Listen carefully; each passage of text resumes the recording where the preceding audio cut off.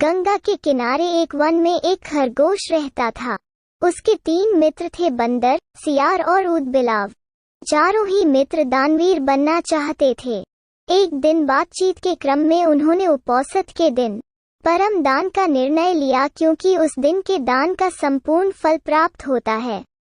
ऐसी बौद्धों की अवधारणा रही है। उपौसत बौद्धों के धार्मिक महोत्सव का दिन होता है। जब उपौसत का दिन आया तो सुबह सवेरे सारे ही मित्र भोजन की तलाश में अपने अपने घरों से बाहर निकले। घूमते हुए ऊदबिलाव की नजर जब गंगा तट पर रखी 7 लोहित मछलियों पर पड़ी तो वो उन्हें अपने घर ले आया। उसी समय सियार भी कहीं से दही की एक हांडी और मांस का एक टुकड़ा चुरा अपने घर को लौट आया। उछलता कूदता बंदर भी किसी बाग से पके आम का गुच्छा तोड़ अपने घर ले आया। तीनों मित्रों ने उन्हीं वस्तुओं को दान में देने का संकल्प लिया, किंतु उनका चौथा मित्र खरगोश तो कोई साधारण प्राणी नहीं था।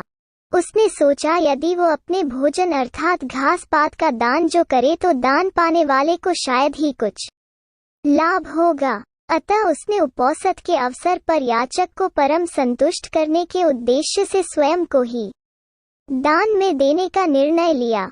उसके स्वयं के त्याग का निर्णय संपूर्ण ब्रह्मांड को दोलायमान करने लगा और सक के आसन को भी तप्त करने लगा।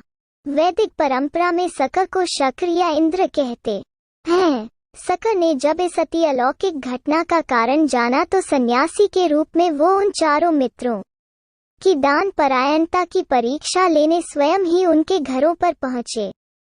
ऊदबिलाव, सियार और बंदर ने सक को अपने अपने घरों से क्रमशः मछलियां, मांस और दही एवं पके आम के गुच्छे दान में देना चाहा, किंतु सक ने उनके द्वारा दी गई दान को वस्तुओं को ग्रहण नहीं किया। फिर वो खरगोश के पास पहुंचे और दान की याचना की। खरगोश ने दान के उपयुक्त अवसर को जान याचक को अपने संपूर्ण शरीर के मांस को अंगीठी में सेक कर देने का प्रस्ताव रखा। जब अंगीठी जलाई गई तो उसने 3 बार अपने रोमों को झटका ताकि उसके रोमों में बसे छोटे जीव आग में न जल जाएं। फिर वह बड़ी शालीनता के साथ जलती आग में कूद पड़ा। सक उसकी दानवीरता पर स्तब्ध हो उठे। चिरकाल तक उसने ऐसी दानवीरता न देखी थी और न ही सुनी थी। हाँ, आश्चर्य, आग ने खरगोश को नहीं जलाया क्योंकि वो आग जादुई थी। सक के द्वारा किए गए परीक्षण का एक माया जाल था।